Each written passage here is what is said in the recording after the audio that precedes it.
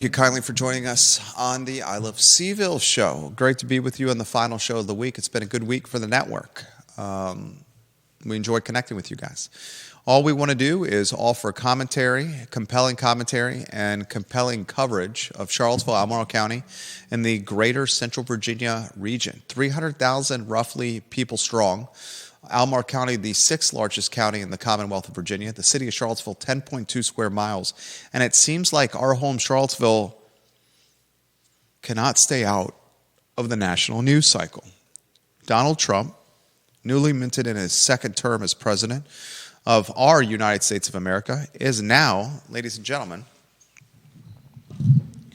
going after Albemarle County Public Schools.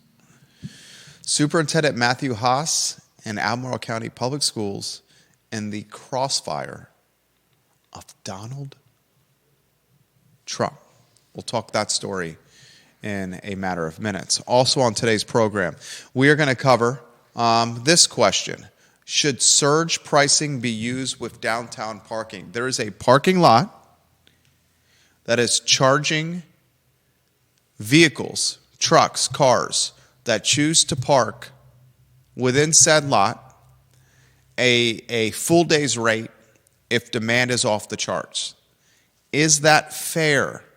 Surge pricing at high demand levels. I want to talk about that on the I Love CVille show. Surge pricing, remember this phrase, surge pricing. I think this is something that we're going to start seeing in various sectors of business. As small businesses, medium-sized businesses are struggling to stay afloat. Surge pricing in restaurants, surge pricing with breweries, surge pricing with parking, surge pricing with delivery apps. Think about it. We'll unpack it on today's program. I want to highlight Tim Rose. Tim Rose is the retiring CEO of the UVA Foundation. Had the pleasure to sit next to Tim Rose at a UVA, at a Boar's Head professional squash tournament. Just an impressive leader, Tim Rose. Very humble, very, very quiet man. Tim Rose is retiring on June 30th. Very interestingly, Tim Rose has been with the University of Virginia Foundation since 1993. Started working with the foundation when he was 32 years old. So Tim Rose has worked with the UVA Foundation, ladies and gentlemen, for 32 years and started working at the foundation when he was 32 years old. Half his life serving the University of Virginia. I want on today's program to put in perspective the significance of the UVA Foundation. Everyone that watches and listens to the show, that walks the streets we call Charlottesville, Albemarle County, and Central Virginia, understands the influence of UVA. But I want to give you actual data, actual significance from real estate holdings, how much they own, actual revenue numbers, the projects that they have come to come to fruition on today's program. This is going to be a very good fodder for these cocktail parties we have going on this weekend. My wife and I are very excited. Tomorrow we have a double date. We have a babysitter. A young man that goes to Western Albemarle High School, a cross-country and track standout. I think he's 15 or 16 years old, is going to watch the Miller Maniacs, the Miller Ruffians. And he's going to come to the house tomorrow, I believe it's 6:30 or 7 o'clock.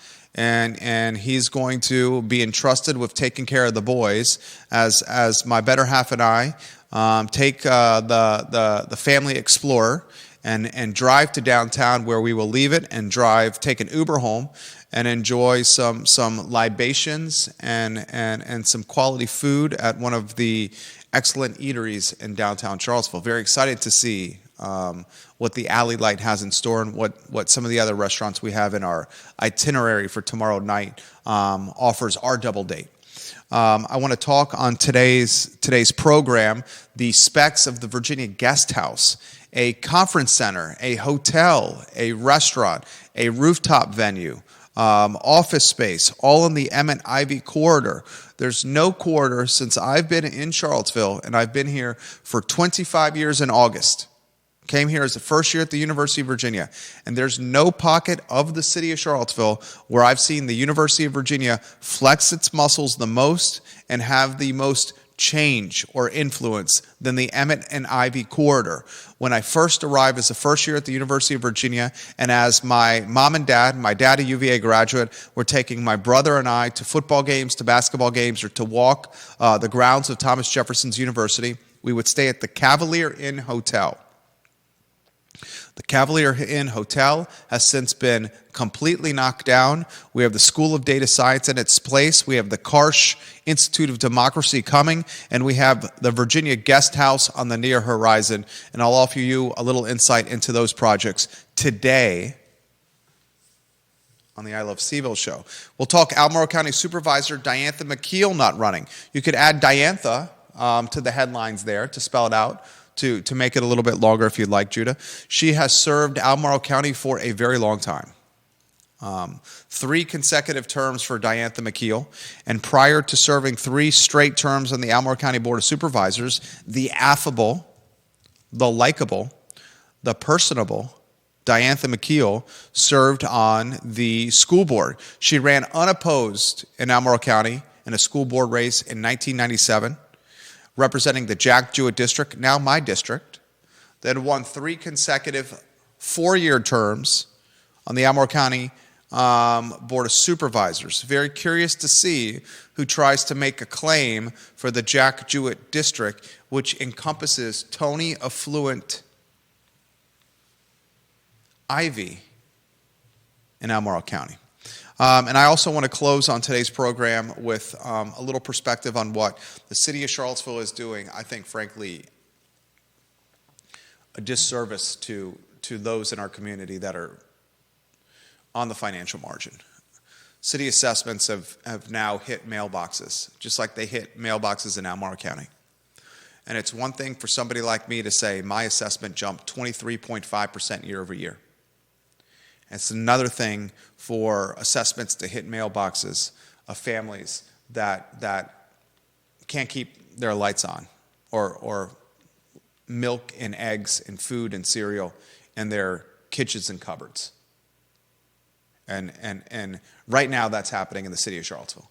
Double-digit increases in assessments for neighborhoods like Star Hill and 10th and Page. City of Charlottesville tries to say we're all about maintaining diversity. We're all about doing what's right for all members of our community. And then they'll tout the tax relief that's offered. Few people know about it. Is it the fault of the people that aren't taking advantage of the tax relief? Or is it the fault of government that's just letting this get out of control, the spending? How about lower the tax rate? The assessments are tied to fair market value. You can control the tax rate. I want to unpack that on today's show. This is the 2025 version of yesteryear's newspaper. Various sections of commentary and content on your Charlottesville water cooler, the I Love CVille Show. Judah, why don't we go to the studio camera? I'm going to have you set the stage for Donald Trump attacking Albemarle County Public Schools. Props to Carol Thorpe for putting this on our radar. Carol, we appreciate you. She is in the Jack Jewett district and hopefully watching the program today. Before we do, we'll give some props to John Vermillion and Andrew Vermillion.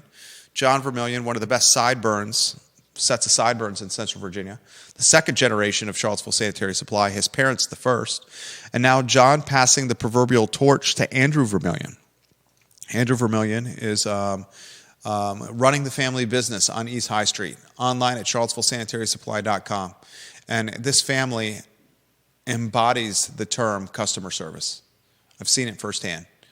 Charlottesville Sanitary Supply is an institution for Charlottesville, Albemarle, and Central Virginia. And if you want our institutions to hang around and to survive, you support them, folks.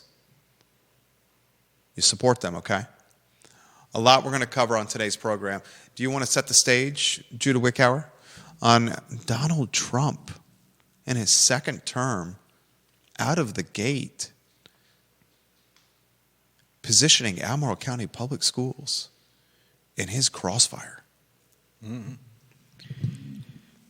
Trump as most of us probably know, has released quite a few executive orders in his first few days, his first week in office again. I've stated before that I'm not a big fan of executive orders, but here we are. And one of those executive orders is about ending radical indoctrination in K through 12 schooling. And as is reported by CBS 19, this isn't, AlbCo isn't referenced in the actual executive order, but in a fact sheet accompanying the order, there are claims that an Albemarle County school, that Albemarle County schools taught a student that, quote, her achievement was based on her race, unquote. And they also referenced Harrisonburg City Public Schools policy on teachers using students' preferred pronouns. The order would withhold federal funding from schools that teach critical race theory or gender-related topics in ways that I guess the president or who ends up in charge of the Department of Education deems to be inappropriate. Keep going. I don't know that I disagree with all of this. Wow.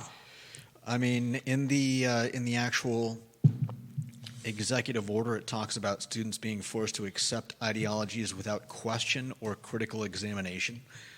I have a problem with that. I think we should be teaching our students to question and critically examine everything.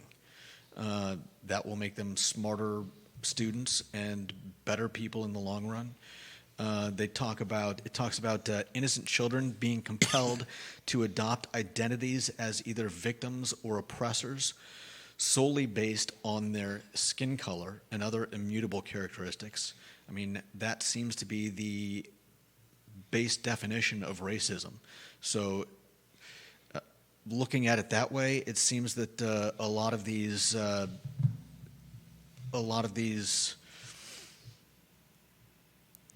anti-racism policies are at the heart of themselves racist. I mean, if you're teaching kids that because they're white, they're inherently bad, I don't know why. I don't know anyone that wouldn't find issue with that. They also talk about practices not only eroding critical thinking, but also sowing division, confusion, distrust, undermining the very foundations of personal identity and family unity. Speaking of executive orders, another executive order has hit the news cycle. President Donald Trump is on fire with these executive orders, whether you see that as good or bad. Virginia Attorney General Jason Miyares has sent a letter to Virginia Commonwealth University and the University of Virginia directing them to stop performing medical care related to gender transition for children under 19 years of age. Then the UVA Foundation, the UVA Health System, guys, the UVA Health System has sent an email this morning, and this email from UVA Health leadership to its underlings, its upper management, its middle management, and its lower management. This letter, dear colleagues, in response to the recent federal executive order and related Commonwealth of Virginia Office of the Attorney General guidance, UVA Health has suspended all gender-affirming care for patients under 19 years of age. Like many health systems across the country, the University of Virginia and UVA Health are working to analyze and interpret the federal order and related state guidance, as well as monitoring other potential policy changes and impacts to ensure we always deliver the care in accordance with the law. Trump's executive orders are changing the landscape of the country at a local level very quickly. No doubt. Very quickly. Donald Trump has put Albemarle County Public Schools in his crossfire. Albemarle County has put UVA Health in his crossfire with these executive orders. I'm telling you right now, these tariffs that are going to be put in play, I'm already hearing from our builder and developer colleagues and those that reach out that listen to this program. They are concerned with labor and they're concerned with cost of goods, both escalating. Labor pool shortening, cost of goods increasing. And I've said right now this is all happening at a time when the lending environment is crickets. I want to stay at the task at hand as you rotate the lower thirds on screen, Albemarle County Public Schools and Donald Trump's Crossfire. I've been on the record on this talk show that education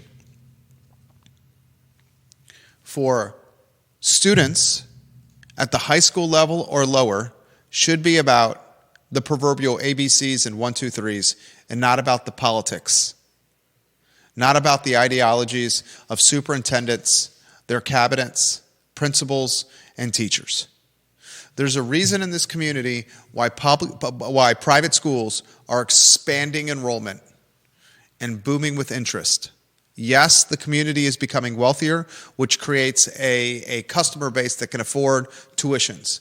But it's also associated with politics creeping into public schools. Terry McAuliffe lost the governor's race because of this. Glenn Youngkin won the governor's race because of it.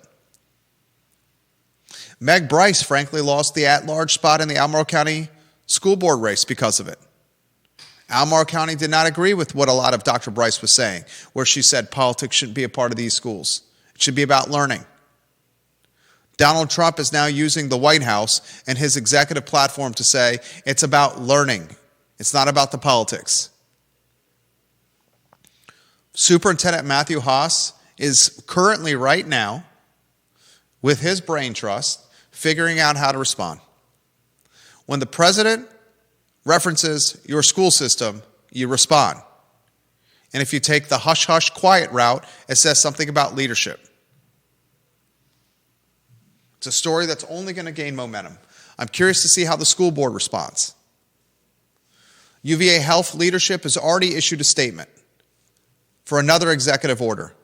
We have to halt these procedures, suspend gender-affirming care for patients 19 and under. They sent a statement out.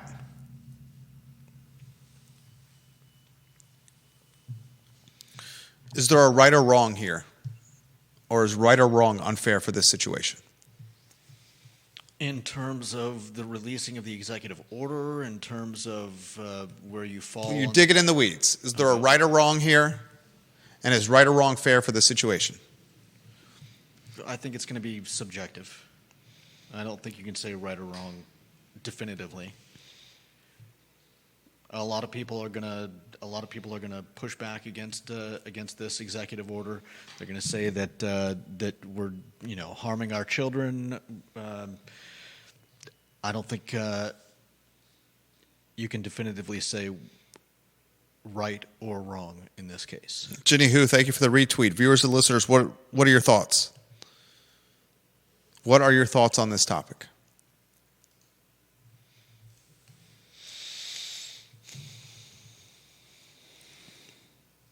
Does the topic continue to gain momentum? Oh, it's been gaining. This leads, in some ways, back to the beginning of 2022, when parents sued the school board over curriculum in Albemarle County Public Schools. And how did Albemarle County Public Schools respond to that lawsuit? Stay out of our school. We'll teach the way we want to. Yeah. Exactly right. How does this fall on the superintendent's feet or at the superintendent's office door? He pushed this. Would seem to be at complete conflict or odds with what the president is trying to do. Fair? Yes or no? You mean what they've implemented in the schools? Absolutely. That's why he called them out, because he specifically doesn't want this in our schools.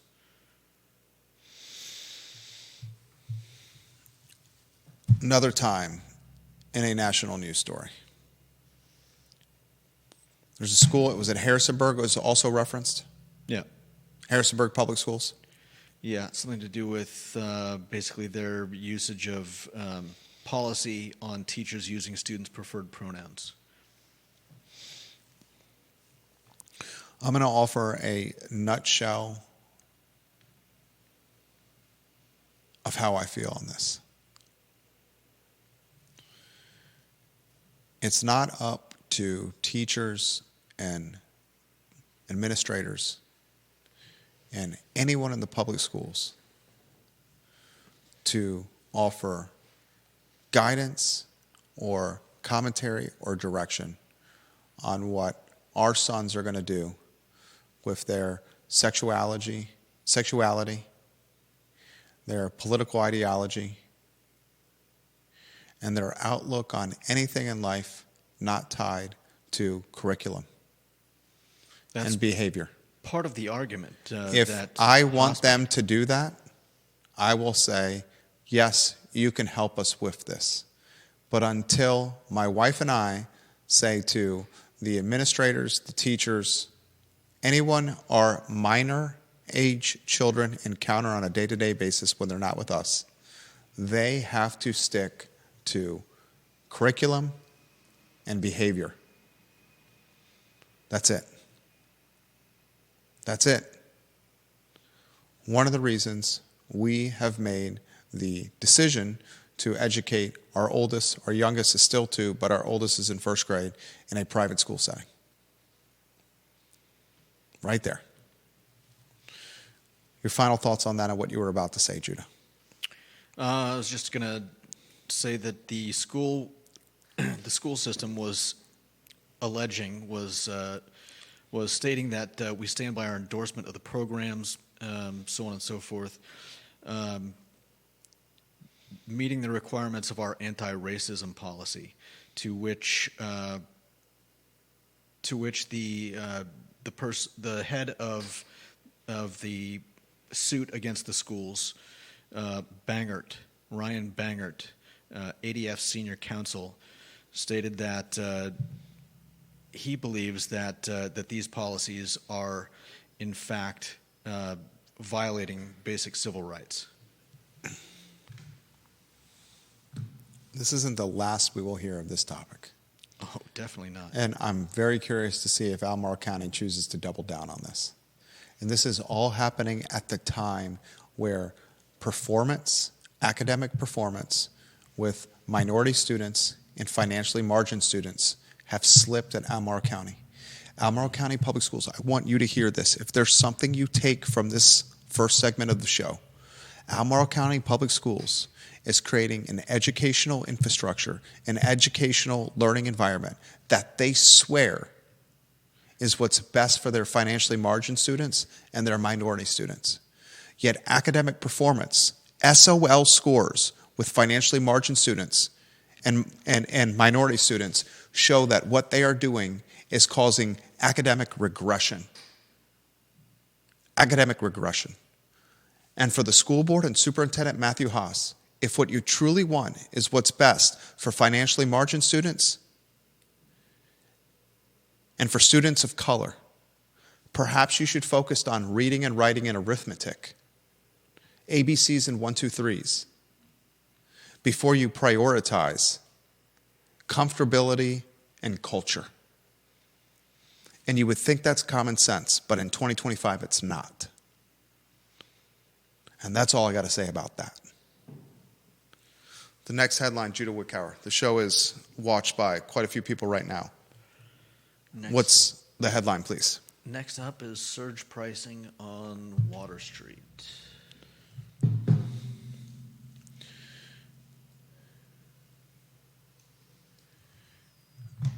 Is surge pricing in parking like surge pricing, as John Blair has shared a link, in grocery stores? Is surge pricing in parking like surge pricing we're seeing in third-party delivery apps or Uber or Lyft? When demand is high, the prices go up. Stacy Baker Patty says you're 100% right. Getting love from Suzanne Daly on the program. Logan Wells Claylow, Bill McChesney. That was on the last topic. Vanessa Parkhill says parents absolutely need to be involved when it comes to decisions regarding the health and education of their children. It should be parents making the decision.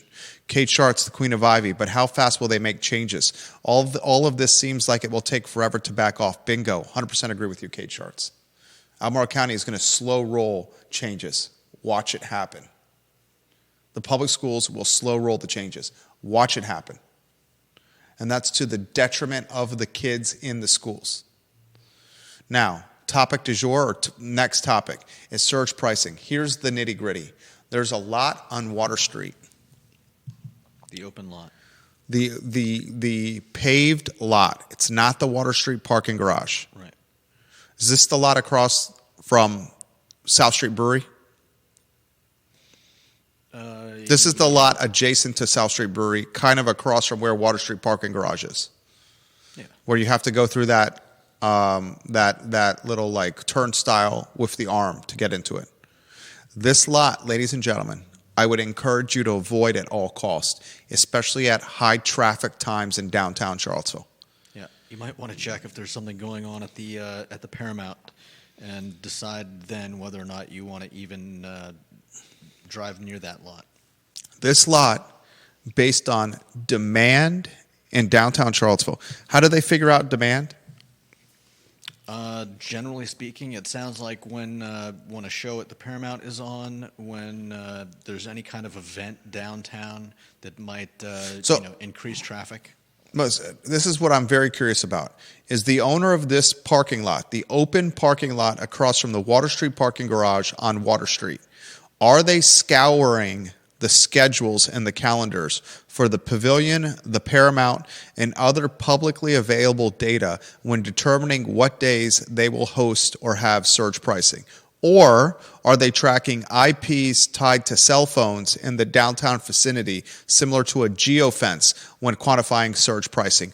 Or are they basing it on the amount of people that come through their turnstile to enter their parking lot? There's multiple ways that they can quantify demand. I'm curious of how they're figuring out demand. Is it through open public calendars tied to downtown event places? I believe that's what it is. You feeling confident about that? The lady that is referenced in the article talks about contacting Air Garage, the company that manages the lot, and says that they emailed back very quickly and said, no, that's what we're charging, and the reason for the $30 flat rate for a day rather than just being allowed to pay for the hour was because there was an event at the Paramount. Okay, fantastic. So they're scouring or scrutinizing calendars with event places like the Pavilion, the Paramount, and other high traffic areas on the mall. Mm-hmm. Okay, good to know.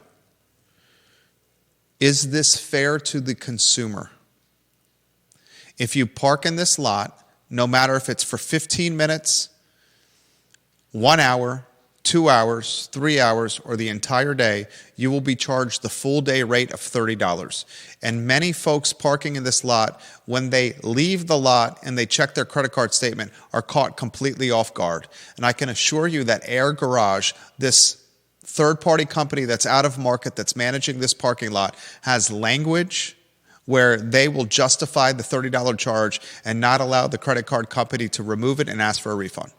Mm-hmm. I'm going to ask this question. Is this fair business practice? And is this synonymous or in the same category as when my wife and I are taking an Uber home tomorrow night after a fantastic double date, when I've had a few old fashions and she's had a couple martinis, and maybe we have a nightcap at Zocalo or the Fitzroy, and we Uber home and we go on our phone and we know we're going to pay a little bit more money for the Uber at 10 o'clock at night or 10:30 at night or 11 o'clock at night or whenever the babysitter's time is over. It's going to cost more for us to Uber home than us to Uber there. Is this like surge pricing, as John Blair has shared a link on my LinkedIn page, where grocery stores are starting to utilize surge pricing? Effing crazy. Automation in retail is even worse than you thought, is the headline. New technology is just making shopping more challenging for workers and consumers. It's poised to rip off the most vulnerable. Surge pricing at grocery stores, ladies and gentlemen. Get ready for this. Is this just the world we live in? A world that is still reeling with the collateral damage of COVID? I'd say this is worse than surge pricing. Okay. It's one thing to be charged a little bit more for something, which is bad enough. Like you said, surge pricing often affects the poorest quarters. Imagine if the only time you can shop is after work, And of course, that's the busiest time to shop because a lot of other people with regular 9-to-5 jobs are going to be shopping at the same time. And so if they're all getting hit with that surge pricing, when someone else who doesn't have to work a 9-to-5 job can go and leisurely take a stroll through the supermarket when it's not so busy, that's one thing. And like I said, that's bad enough. But forcing someone to pay a full day's, that's like, if it's normally what? How much an hour? Well, in the Market Street Garage, the first hour is free, and every hour thereafter is $2. Yeah, I don't know what it is at the open lot, but being forced to pay $30, and the problem with the person in question in the article is that they were trying to get to a movie, and so after not finding any on-street parking, they quickly pulled in, and it wasn't until after they were using their phone to set up payment that they realized that there was no option to pay by the hour and they were going to be charged $30. So at that point, they either accept it or they deal with the fact that they're probably going to run late because they've got to turn around, leave the lot, and go look for somewhere else to park. It seems like a trick. We got you in the lot. Now we're going to tell you that you can't pay by the hour. Great commentary from Judah Wickower, number one in the family, Deep Throat. His photo on screen, Deep Throat, Deep Throat. He says, I have no problem with surge pricing. That's how we can smoothly match supply and demand so there are not shortages. What is a problem is when the surge pricing is not described or disclosed clearly up front. The new software provider for that lot is extremely sleazy, very hard to understand what you are paying for. Plus, the new software makes you check out, and the design sort of encourages people to forget to check out. Yeah. Good commentary from Deep Throat. Number one in the family, John Blair, shares a link. Here's a long article about surge pricing. John Blair's photo on screen. Surge pricing at grocery stores. Watch as traditional shelves are replaced with electronic shelves. In that link that he shared, I will read this verbatim. Kroger. I believe Kroger is the largest grocery chain and company in the world. Let's see. And Kroger owns a number of them. Largest grocery store chain in the U.S. I think it's Kroger, and they own a number of other brands. So evidently it's Walmart, with Kroger a close second. Kroger is number 2. Walmart is number 1. So this is what Kroger is doing. This is effing crazy, ladies and gentlemen. Okay? Kroger has rolled out in November electronic price tags, often called electronic shelf labels, or ESLs. These digital displays allow companies like Kroger to change prices automatically from a mobile app. This dynamic pricing permits retailers to adjust prices based on their whims. Just like Uber, which I referenced, is able to raise prices during storms or rush hour, retailers like Kroger, using electronic shelf labels or ESLs, can adjust prices based on factors like time of day or the weather. Supermarkets could conceivably mine a shopper's personal data to set prices as high as possible. Here's what that means. You use your phone. And on your phone, you use Apple Pay, you use PayPal to check out. Or you use one of the apps associated with the grocery store you go to often. They can mine your phone and your data to determine what you buy most frequently and adjust the pricing in real time when your phone or your IP is within close proximity of the aisle of the goods that you're looking for, and increase the price. Also, furthermore, when the proverbial you-know-what hits the fan, like we have a snowstorm coming, and people are anticipating power outages, and we all flood to the grocery store for the food and drink that we need to keep us alive during the snowstorm here in Charlottesville, because God knows we all panic. And all the toilet paper you need for the next year. Surge pricing can happen at that very moment when the weather forecast looks terrible. Additionally, Kroger and other big box grocery stores with vertically integrated advantages and economies of scale and cash on hand can say, we're going to have pricing at the highest each day between 5:30 and 7:30 when they know people are getting out of work. Middle class America, lower class America is getting out of work and going and doing their grocery shopping on their way home. Mm. This type of surge in dynamic pricing will impact those on the financial margin much more than those in the upper echelons of wealth. A stay-at-home mom or a stay-at-home dad is not going to shop between 5:30 and 7:30 p.m. because they have the convenience of shopping whenever they want or have more flexibility than someone working a 9 or 10-hour day tied to a desk and a clock. Ladies and gentlemen, surge pricing is rearing its nasty, nasty, pimply, white-headed head in our community. And now we're seeing in parking in downtown Charlottesville, an 8-block area that does not need any more headwinds. Yeah. That's the biggest problem, I think, is that this is going to... If I was charged $30 for parking for the day when I needed an hour or two at a parking lot... You wouldn't come back. I might not come back. Conan Owen, watching the program, here owns the Sir Speedy Company locally. The changeover from Park Mobile to Air Garage has been a total mess. If you don't know the price of parking until you get there, you're going to have a lot of people going downtown for a meal and leaving because they find out it's $30 to park. Yeah. Also, unlike Park Mobile, you don't set the duration of your stay. You have to remember to check out when you leave. Otherwise, you get charged the daily max. I've been burned by this twice already, so no more dining out downtown for me. He also says the lot on Market Street between 1st and 2nd, both lots are owned by the Woodard Properties. Conan, you need to help me out with this, and I should know this. Is the surge pricing lot on Water Street, is that owned by Woodard? Can you put that in the feed? Will you put that on my Facebook comment section? Is this parking lot we're talking about owned by Woodard? Suzanne Daly, which local grocery stores are doing surge pricing? CVille needs to know so that people can take their money elsewhere. This is the first I've heard of it. Kroger's rolling it out right now.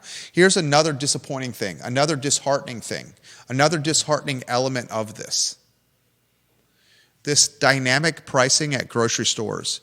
Why would a grocery store do surge pricing or dynamic pricing, Judah? To make more money. To maximize profits. Conan confirms this lot that's in question is in fact owned by Woodard Properties. We are going to highlight that it's being managed, the pricing, by, is it Air Garage. Air Garage. One word. And not Woodard, but Woodard has hired or is utilizing the Air Garage technology. Oof. Imagine going to the grocery store and watching a digital price counter in front of you on whatever you're planning on buying, all of a sudden go up. All right. You want a life hack? Viewers and listeners, watch this program for life hacks to potentially get something from the show, right? You want a life hack? Leave your phone in the car. Yeah, but if they're... Don't bring your phone with you, and they can't mine your data to see what your order history is and adjust price point tied to it. But this is one of the concerning elements to it. Locally owned businesses, Foods of All Nations, locally owned businesses, Market Street Market, the Crozet IGA, locally owned grocery stores in this community cannot afford dynamic pricing. All this does is give the big box brands, publicly traded grocery stores, even more advantage versus locally owned ones, and further spells doom in a business with slim picking margins. How the F is Raphael at the Market Street Market, also owns the Crozet IGA and a grocery store in Richmond, going to compete with dynamic and surge pricing? He cannot. He's just trying to prevent theft from happening in the grocery store next to us, and the only strategy he had to prevent theft is by locking one of the doors to the grocery store. He said, we have 2 entrances and exits. We're having so much shoplifting, we have to lock one of these. Yeah. That's what they did. Suzanne Daly, this happens with gas at Wawa, Judah. I have watched it change in real time in front of me. Oh, I'd go somewhere else if I saw that. Janice Boyce Trevelyan, the open lot Unless doesn't it's give you an hour free. They are over $6 an hour. At a time when the mall is in need of customers, I think this is awful. Yeah. This could be a conversation that perhaps downtown leadership may need to have with Woodard Properties. Hint, hint, counselors and city management watching the program right now. Juan Sarmiento, photos on screen. Is surge pricing a fancier word for price gouging? What are your thoughts on this, Jerry? Surge pricing is a sophisticated terminology for trying to take every single fucking dollar out of your pocket and keeping it for corporate profits. I would say the $30 for the day parking in the lot is 100% gouging. Understatement. You're running late. Think about this scenario, okay? It's Friday night. No, I'm going to paint a very realistic picture. It's Saturday night. And the Millers have a double date. And they're meeting a couple at 7. The babysitter arrives at 6:30 to watch the Miller Maniacs. After we offer some instruction to the babysitter and kiss the Miller Maniacs goodnight, because the babysitter is going to put the Miller Maniacs to bed, we get out the door and it's roughly 6:36, 6:37. We ask the babysitter to come at 6:30 versus 6:15 because every dollar in the Miller family is important as a one-income family. So we said, okay, let's try to limit it between a 30-minute window when the babysitter arrives and when we're supposed to arrive for dinner. So we're out the door at 6:35, 6:37 p.m. We live in Albemarle County in Ivy. We take the family Ford Explorer and we drive on Friday night, the most popular evening to head downtown. I thought it was Saturday. Saturday night, thank you. Saturday night, it's tomorrow, to head to dinner. And as we head to dinner, we realize, oh gosh, everybody else has this plan. Which lots fill out first? Market Street lot, first hour is free. Water Street lot, first hour is free. They're also covered. It's supposed to rain tomorrow. Of course someone's going to want to park in a covered parking garage that's lit and protected of inclement weather. Then the street parking is going to be gone. It's Saturday night. It's a busy night. We're panicking. We're supposed to be there at 7 o'clock. We have to park in this lot. That's all we have. We're rushing. We didn't know that we were supposed to check in and check out. We're just trying to make it to 7 o'clock. 7 o'clock dinner and drinks with our friends at the alley light. We get in our car. We get out of our car. We leave. We sprint to the alley light. We arrive at 7:05. We forget completely about what we just did. When we get back home, after kicking $100 to the 16-year-old Western Albemarle track and cross-country star, after dropping $150 at the alley light for 2 people to eat, dinner and drinks, perhaps we go out for a nightcap, and then we spend $50, $45 to Uber home, surge pricing on Uber, Saturday night, peak time.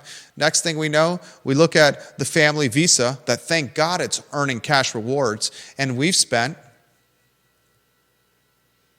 $300? Well, you wouldn't pay for parking if you were using $325? $350? What do you mean we wouldn't pay for parking? If you use We're driving the Ford Explorer to dinner. I thought you just said you took an Uber.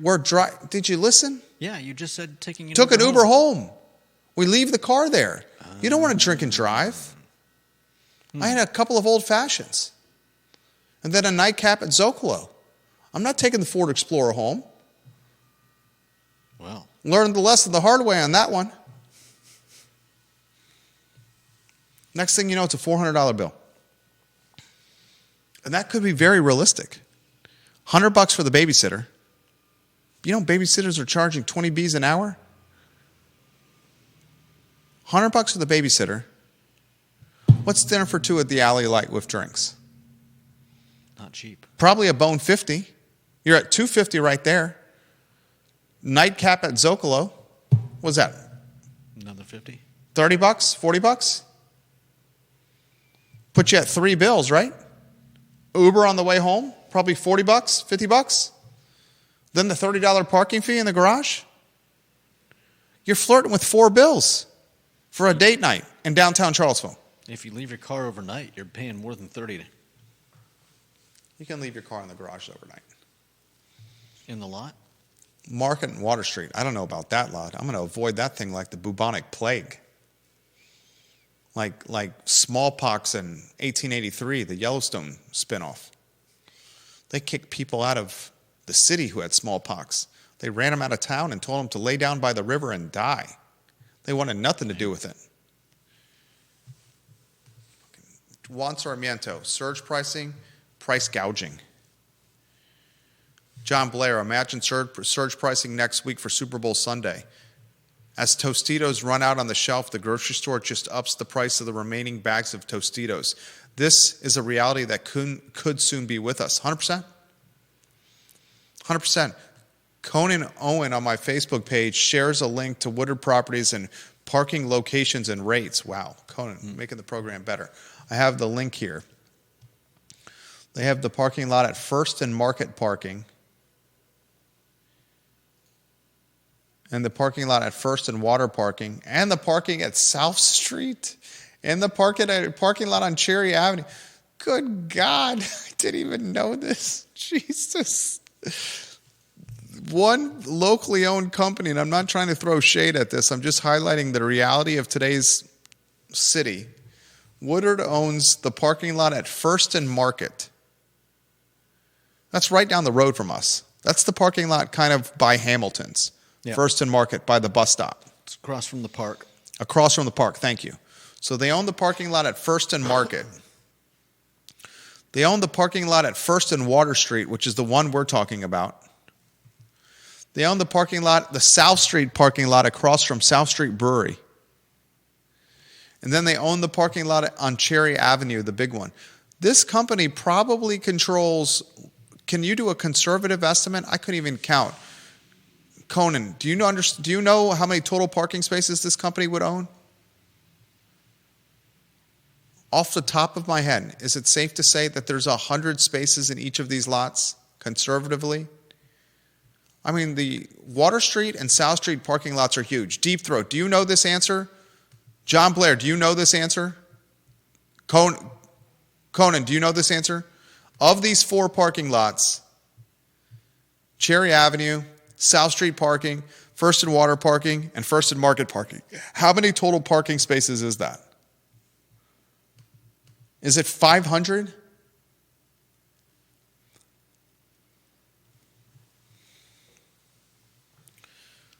What happens when parking is dominated and controlled by the few? That's a monopoly. That's a monopoly right there. Effing insane. You never think of the monopolistic nature of parking till you have $30 for parking.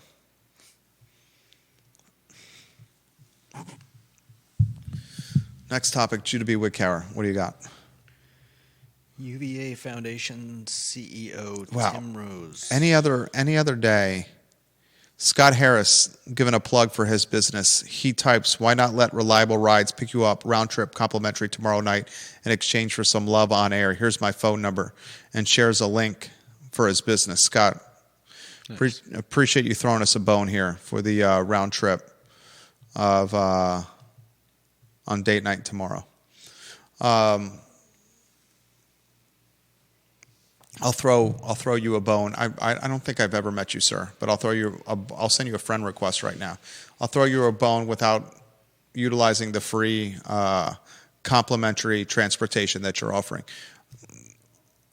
Support the folks that work in transportation that are local. Mm-hmm. Are we still on air over there, Judah? Yeah. Okay. Just want to make sure.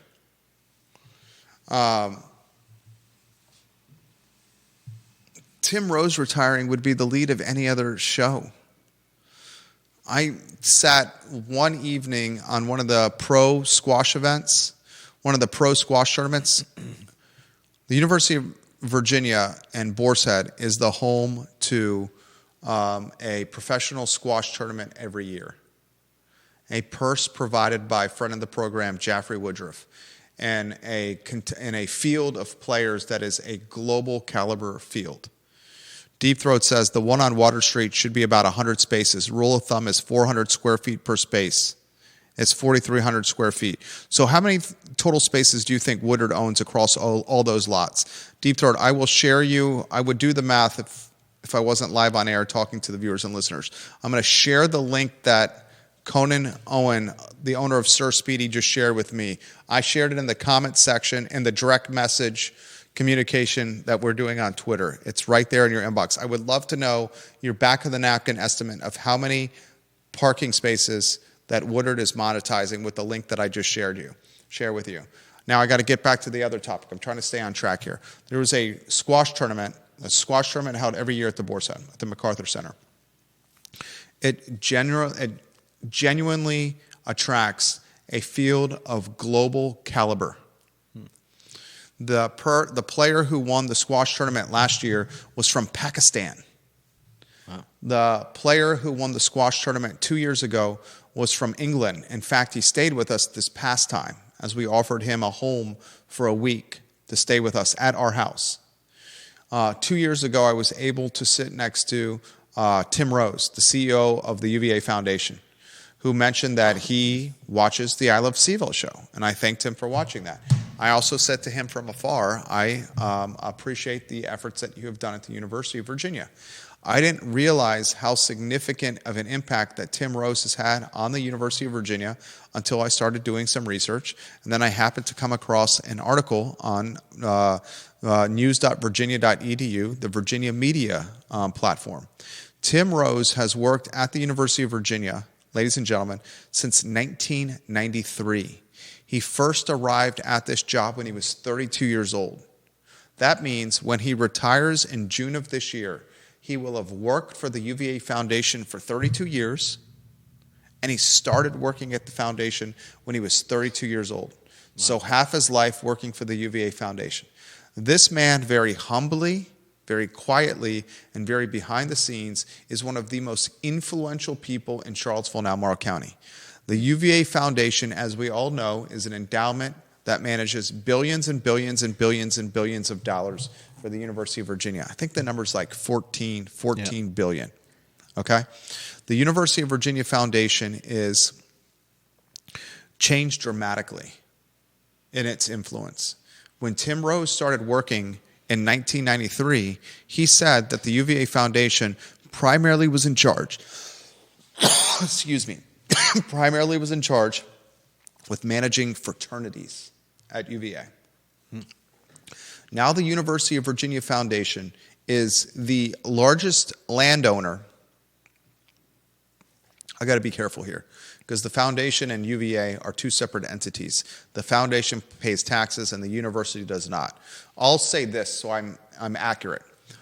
The UVA, the school, and the foundation, those two entities are the largest landowners in Albemarle County and in the city of Charlottesville. That's accurate. The foundation, ladies and gentlemen, owns the Boar's Head Resort. The foundation, ladies and gentlemen, is the driving force behind the development where the old Cavalier Inn used to be located, and they are changing the Emmet-Ivy corridor, completely reimagining it. They bought the Ivy Square Shopping Center for like $22 million a couple of years ago. That's the home to Foods of All Nations. They bought the Cavalier Inn to tear it down. The Data Science Center it has been built there. They're also building, and you're rotating these lower thirds, right? The lower thirds that you can rotate here. Make sure you have lower thirds that are specific to what we're talking about. There's 3 that you can put on screen.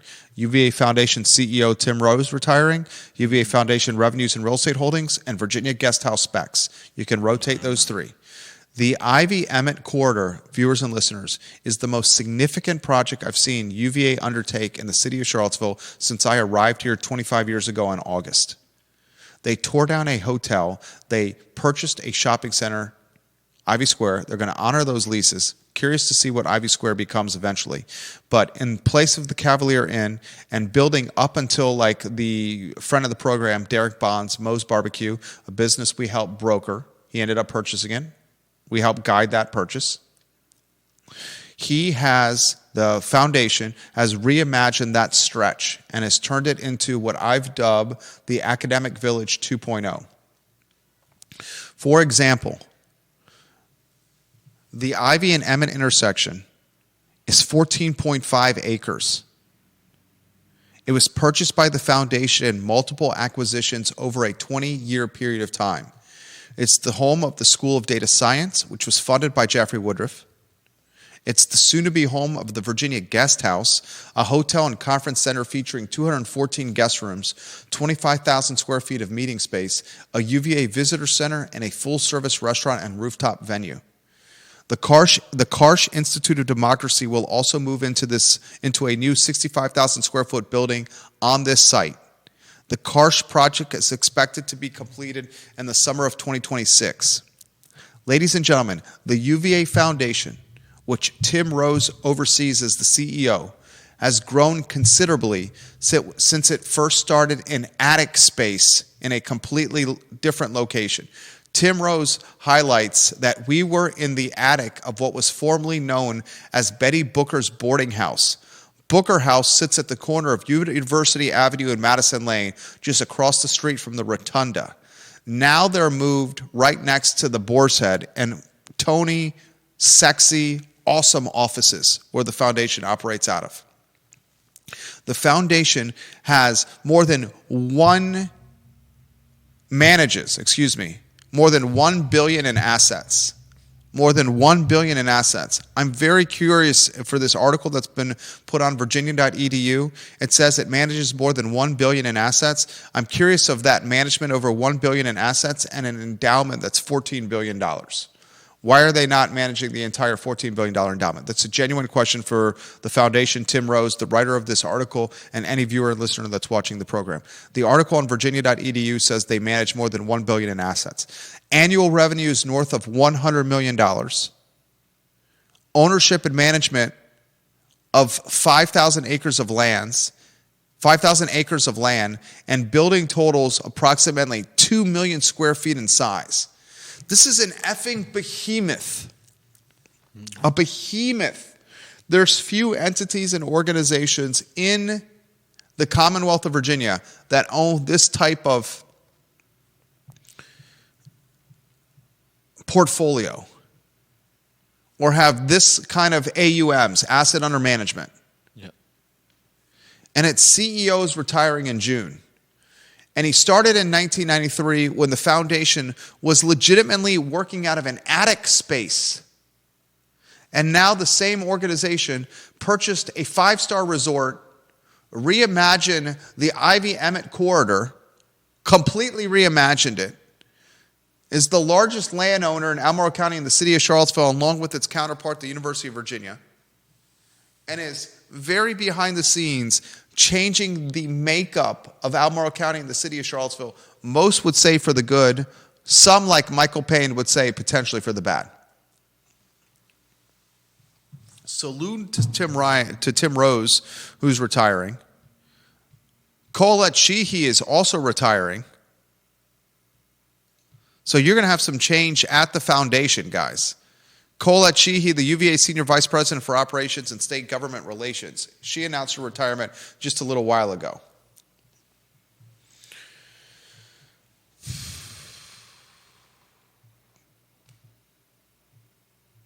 Congrats to Tim Rose. Deep Throat.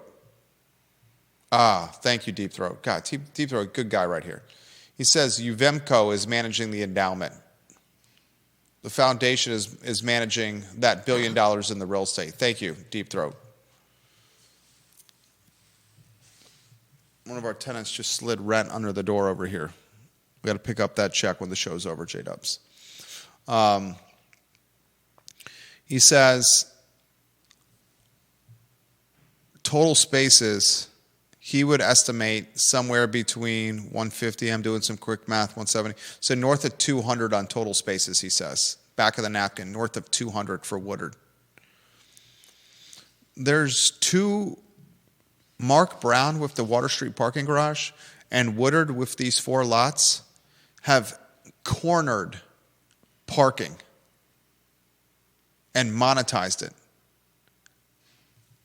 And some would say trying to wring out as much money as possible.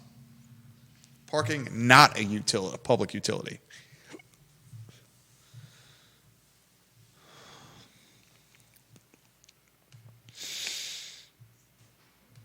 Good Lord, it's 1:35. I've been talking for 65 minutes. I gotta go make some money. Anything you want to add to this? And what's that? Do we still have another topic, Diantha McKeel? We got Diantha choosing not to run another race, and city real estate taxes, tax increases, impacting the I really wanted to get to that topic, but I wanted to. poor areas most. I got to spend a significant amount of time on that topic. All right, I'm going to offer Diantha McKeel. I can do in a couple minutes, and that's not me throwing shade to the supervisor. That's not running for a 4th consecutive term on Albemarle County's Board of Supervisors. She's in the Jack Jewett district, which is now my district. She said she's not going to run for re-election, which would be her 4th straight term on the Board of Supervisors. She was also on the school board before that in Albemarle County. You're talking about one of the most influential people in Albemarle County over the last generation, with her time on the school board and 12 consecutive years on the Board of Supervisors. That's a generation. School board and 12 consecutive years on the supervisor. Who's going to take the spot for the Jack Jewett district? This is why it's an intriguing storyline, because you have one individual in Mike Pruitt in the Scottsville district who's extremely progressive in his outlook on things. Will the Jack Jewett district elect a supervisor that is similar in ideology as Mike Pruitt, which could change some of the dynamics of Albemarle County, most specifically its land use policies? 5% of Albemarle County is allocated to development, residential and commercial. Diantha McKeel said on the show here, on this network, in that seat right next to me, that she is not in favor of expanding the developmental area in Albemarle County until that 5% is utilized in full capacity, and currently it is not. So this is an open seat that if someone runs that has a complementary ideology of Mike Pruitt, you may see the board potentially change in makeup. Because Jim Andrews in the Samuel Miller district, his seat is also up for grabs. Ned Galloway has indicated, let's read the tea leaves. Ned's going to run again. He hasn't made an official announcement. Do you want to put a prop bet on that, whether Ned runs again? I'm taking yes, he will. No. I'll bet you $100. I'll bet you a bottle of brown juice for the bar over here that he runs again. You're not taking the bet, okay? He's going to run again. Will Jim Andrews run again? I don't really know Jim Andrews. Diantha is not. I will bet you $100 also, or a bottle of brown juice, that Michael Pruitt is lobbying people to run to the Jack Jewett district seat. The Gillikin gang is already doing that. Livable CVille, the Gillikin gang. This is a big story to follow. I will save this topic. And you're rotating the right lower thirds on screen? I get that feedback the most from for Judah Wickhauer, is rotating the headlines. I probably hear that a few times a day.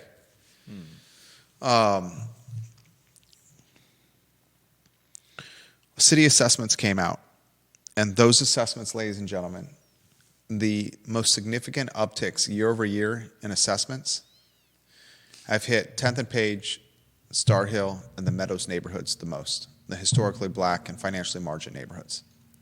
And of course they will. When you draft a new zoning ordinance that makes dirt opportunistic and development opportunistic, the neighborhoods that have the most affordable land and most affordable homes to purchase are the ones that are going to be targeted by speculators. And when they're targeted by speculators and they're purchased, then it's going to set a comp or market values for future assessments. And those future assessments are a direct result of the opportunistic nature of the new zoning ordinance that is doing the opposite of creating affordability. If anything, it's creating a lack of affordability. Those assessments are up on screen. Oh, you put them on screen. Thank you to Deep Throat for sending those our way. We'll talk about this on Monday. When you allow, what is the phrase? The so-and-so to rule the henhouse? Letting the fox rule the henhouse? Does that work? I don't know. When you allow the line cooks to rule the kitchen, of course you're not going to get the best output with your menu. And that's basically what City Council has done. They allowed a small population of activists to bully them into policy that is not what's best for the city. And those that are paying for it are the ones on the financial margin. It reminds me of an old African proverb, Judah. This is an old African proverb. When elephants fight, it is the grass that suffers. Leave the fox guarding the hen house. I'm not sure that one works here, so my reference to that is not accurate. But this one certainly is. When elephants fight, it is the grass that suffers. And those that are suffering now are those that are on the financial margin. Judah Wickower, yours truly, Jerry Miller, on a week of content that has absolutely crushed it. Thank you kindly for joining us. So long, everybody.